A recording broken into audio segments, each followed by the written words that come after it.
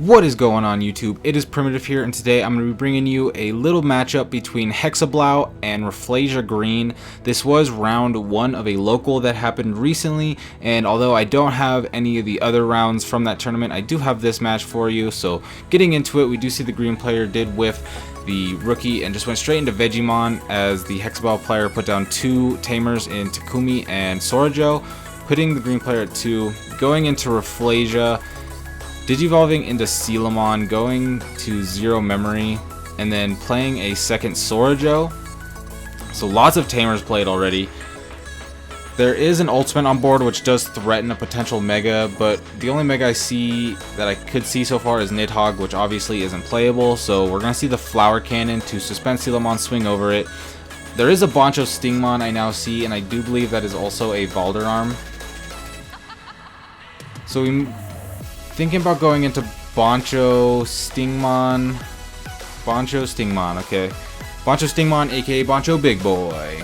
And I'm not sure how useful its effect of being able to go over Digimon is going to be useful in this matchup, just because, like I said, with these Sorajos coming out, the sources are going to get trashed off of pretty much everything, and once that happens, then the Hexeblaumon will just shut down most of the cards. Rafflesimon going to go over the Bancho Stingmon, so the Stingmon was just kind of a proxy. Digibursting going to go ahead and boost up and make it so that the Gorillamon cannot attack or block, and then a third Sorajo comes out. So right now there are 4 tamers out, with 3 of them being Sorajo. Blossomon plays the Vegemon, and then Digisorptions to play the Blossomon, and then going into Kabutarimon on the bench. So this flipped very rapidly to being a board state where missed the rookie, hard played some champions, and now it's an absolute very formidable board state, while also being able to having the ultimate on board is just really important, because that means they can go into a mega at any time, and then with having another mega on board, that means they can go into Rafflesimon at any time for just 1. So the board state is set up right now to be really optimal for whatever hand the green player may have. The Mimi is going to come out, which obviously is going to be very helpful in speeding up the process of this game. Can go ahead and hatch, and then Digivolve on top of there, tap Mimi to promote next turn. And we do see the 3 Sorajos are out, but haven't gained any memory from the Sorajo, and just not able to get anything going.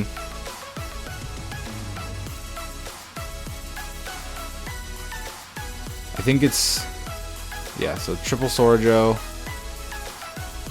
Argomon. If I'm not mistaken though, I think they messed up, and that Garurumon is not supposed to be able to attack this turn because of Rafflesimon, or I messed up. Or I'm messing up in my thought process, but I think that wasn't supposed to happen, but either way, like I said, these Sorajos, once they actually happen, Hexeblaumon is going to be annoying. He can't swing over the Hexeblaumon because of Hexeblaum's ability, obviously, but as we see, there's a Valderarm in hand, which could just go ahead and Digivolve on top of the Rafflesimon, but is going to just Digivolve into a Rafflesimon and swing. Now it can freely attack with the other Rafflesimon.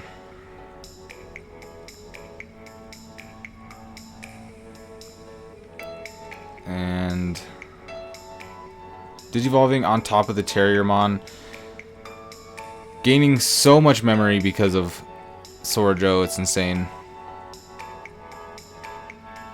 They should have 2, 4, yeah, so all the way up to 7 memory after putting your opponent to 1 is pretty rough.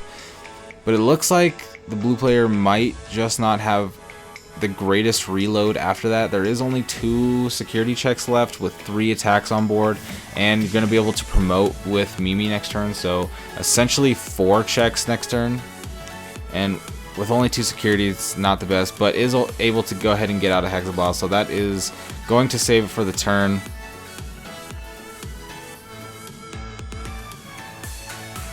Looks like it's hovering over the Valderarm, going to Cherrymon, drawing a Bancho Stingmon, which, like I said, probably isn't going to be too helpful here. It can potentially get some value, but I think the Valderarm is just going to be the play here. I think he got HPD off the draw, so can potentially Nidhogg next turn. Oh, well, the sources are gone, so can no longer Nidhogg. And there's no more sources, but 2 Hexeblau are gone. Is there going to be a 3rd Hexeblau? Another Hexeblau comes out. So the Hexeblaus are just being really annoying right now, making it so with the reload, can't attack, swing in for a game. HBD coming out to play Nidhogg. Nidhogg no effect because it doesn't have the Digivolution sources to bounce, but can go ahead and Needle Spray and then swing over, which will go ahead and get rid of a 3rd Hexeblau. So many Hexeblaus have to go after this game, and going to gain 6 memory off of the Sorajos, and there's no really way to play around that just because Valderarm you can't Digivolve on top of. So no matter what, you're going to have something on board that doesn't have Digivolution sources underneath. So we can see the Sorajos these past couple turns taking effect, even though they didn't for the first few turns during the early game. But we do see the blue player doesn't have anything, so they just go ahead and scoop game 1 and just get ready to go into game 2. Starting off, we see Gomamon going into the Raising and then just hard playing Elecmon. So hard playing Elecmon is a pretty decent play. It's not Digivolving, it's not going up, but you are going wide, which can be good in this matchup because with the Nidhogg, you may need to potentially get some early checks in before a board gets cleared with these rookies. Going into Sealamon, and then Blukomon has multiple ultimates in hand to go into, so going to swing with the Elecmon actually lives because the Tentamon is only 2k. And then Chris Pildra is going to put the green player to 3 with Mimi and nothing to trash, but does get up into an ultimate. We do see a couple megas in hand for the blue player that can go into next turn. Digizorption the Blossomon and then go into Rafflesia for a 0. Digiburst to make it so the Chris Pildramon can't attack or block next turn, and gain a memory from the Weedmon's inheritable effect. Using that memory to the memory to Digivolve, and then going into Lilamon, which can be pretty helpful considering the being able to suspend and then potentially swing over with Boncho Stingmon could be a very good way to get over this Hexeblau. Swinging once again with Elecmon, and it survives once again. The 3k Elecmon getting 2 checks and surviving. What an absolute madman. And Blukomon will go to 3. So going wide with the board. It's not looking super amazing for the green player. Joey's going to have to find something. I imagine if there's Boncho Stingmon in there, we will see the Digiburst to go over the Hexeblau with the Boncho.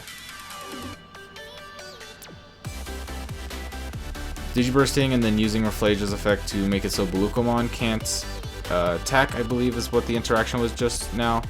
And then they're talking about the attack boosts from Yokomon. Swinging over the Hexeblau with Boncho. And then suspending with Lila because of, or Lilamon's ability because we have the Mimi on board. So can go ahead and swing over either of these rookies with the Rafflesia, which will make it so he won't die next turn. The only downside is Sorajo is still active, so if I had another Rafflesia in hand, it would be optimal to go over this Rafflesia to stop Sorajo, but going to make it so they go up to 5 anyway, so it's a lot of memory to give your opponent for, I guess it's not free because they had to play the card, but it's a lot of memory that you don't want your opponent to have, and in that scenario, they weren't able to play around it. But Lone Blukomon is not amazing. Just hard playing Chris Pildramon, which honestly, since it puts him to 3, if that's, I'll say that's not the worst hand or the worst play, considering you could go to an ultimate. But when you see that you are able to just Flower Cannon and swing over and get a piercing check, then it's pretty good for the green player, and it makes the blue play not as good, but it could have been good to threaten the Mega next turn.